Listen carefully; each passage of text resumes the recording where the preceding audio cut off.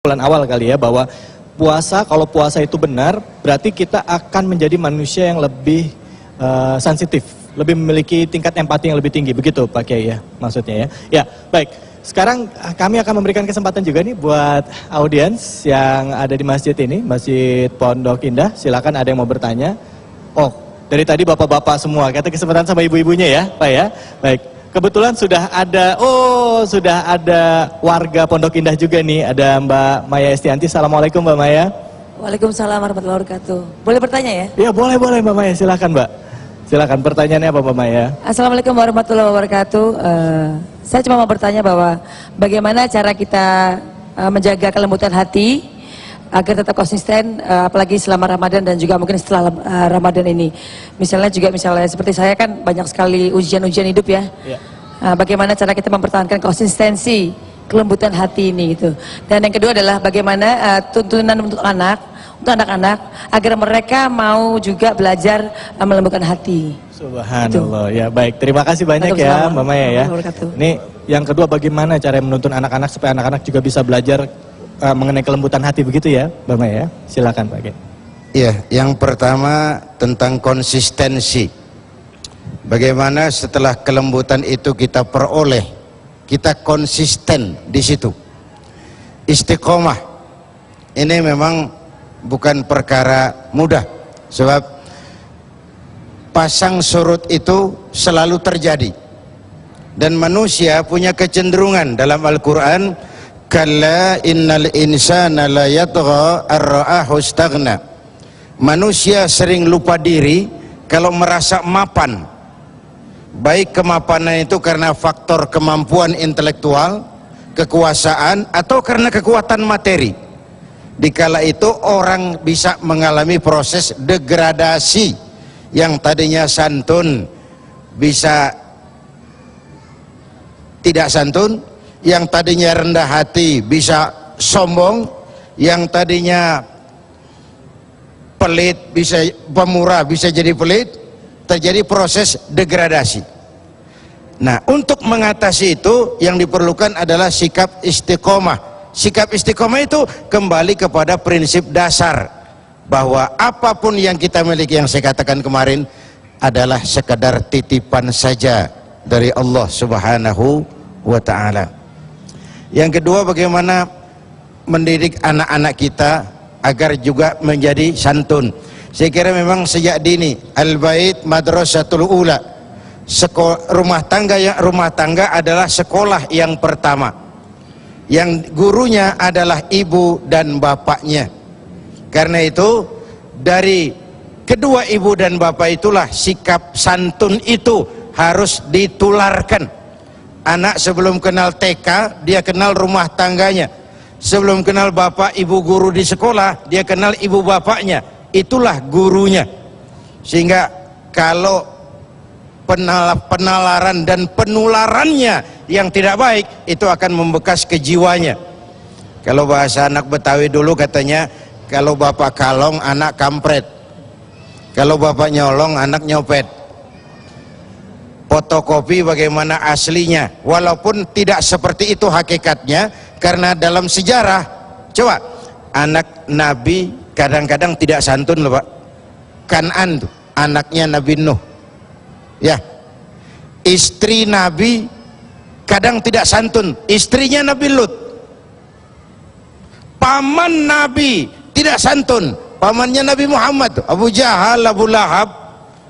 Paman Nabi, istri Nabi, anak Nabi tidak dapat kesantunan. Kenapa? Karena ini memang pada akhirnya adalah hak prerogatif Allah, kesantunan yang berangkat dari nilai hidayah itu. Jadi karenanya selain pendidikan formal sebagaimana mestinya, doa orang tua kepada anak seperti yang diajarkan Nabi Ibrahim, Rabbi habli minas salihin, Allah karuniakan kami anak-anak keturunan yang soleh, bukan yang sekedar pintar tapi yang soleh. Nanti kelihatan hasil doa Nabi Ibrahim ketika Ismail diberitahu kamu akan disembelih, silahkan, itu namanya anak soleh. Tapi kalau pintar tidak soleh, kenapa saya yang disembelih Pak, bapak aja yang tuaan. Ini kan terjadi penjungkiran nilai seperti itu. Saya kira itu Mbak Maya. Kemudian kita masih pada soal apa tadi?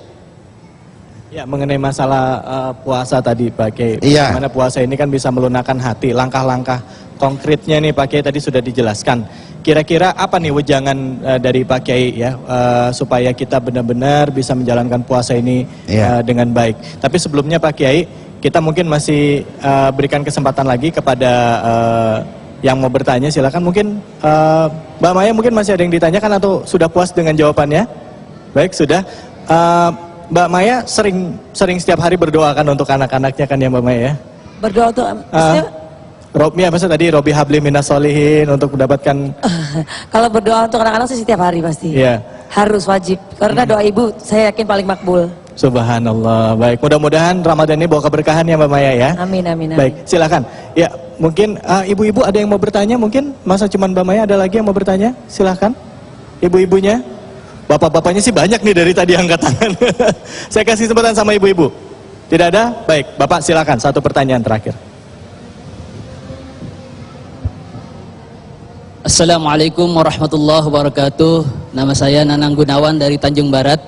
Saya akan menanyakan bahwa puasa itu kan dididik untuk kejujuran ya Pak Kiai ya. Jadi bagaimana membumikan nilai-nilai al-ihsan, nilai-nilai kebaikan, terutama kejujuran di lembaga-lembaga baik pendidikan, pengadilan maupun di lembaga pemerintahan. Terima kasih. Wassalamualaikum warahmatullahi wabarakatuh.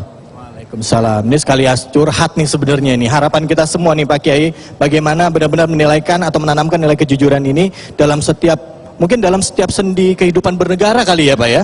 Silakan Pak Kiai. Ya, membumikan kejujuran. Pertama, ini memang sesuatu yang seharusnya. Kalau kita belajar sejarah, sifat yang wajib bagi Rasul itu kan 4 tuh. Siddiq, amanah, tabligh, fatonah. Dimulai dengan siddiq, diakhiri dengan fatonah. Jujurnya dulu, cerdasnya di akhir itu. Jadi mestinya bangunlah jiwanya dulu, baru bangunlah badannya. Ketika orang keburu cerdas tapi belum bisa jujur, celaka negeri ini. Sekali lagi, ketika orang keburu cerdas tapi belum sempat jujur, celaka negeri ini. Kita bukan cuma perlu orang pintar, tapi perlu orang benar. Malah rasanya sih orang lebih baik benar, nggak terlalu pintar, ketimbang pintar tapi nggak benar. Ini korupsi ini kan kerjaan orang pintar nggak benar itu. Disuruh ngurus laut jadi bajak laut, disuruh ngurus hutan rame-rame jadi orang hutan, disuruh ngurus beras nimbun beras, disuruh ngurus hukum bikin hukum kayak pisau, tajam ke bawah tumpul ke atas. Yang kecil salah hukum ditegakkan, yang besar salah orang diam pura-pura tidak mengerti. Itu TKI kita di Tasik yang disiksa itu karena namanya Siti Hajar, nggak ada yang bantuin. Coba kalau diganti nama jadi Manohara, itu pasti banyak yang bantuin. Iya. Ini kan sebuah potret yang kurang sehat. Jadi saya sependapat, bagaimana membumikan kejujuran nih. Kalau saja filsafat tadi, saya berwudu, saya berkemur, saya minum sedikit saja, orang jangankan KPK, teman sebelah pun nggak tahu. Kalau itu satu saja dipraktekkan sesudah Ramadan, KPK boleh bubar itu. Allahu Akbar. Ya. Kejaksaan, polisian tambah ringan tugasnya.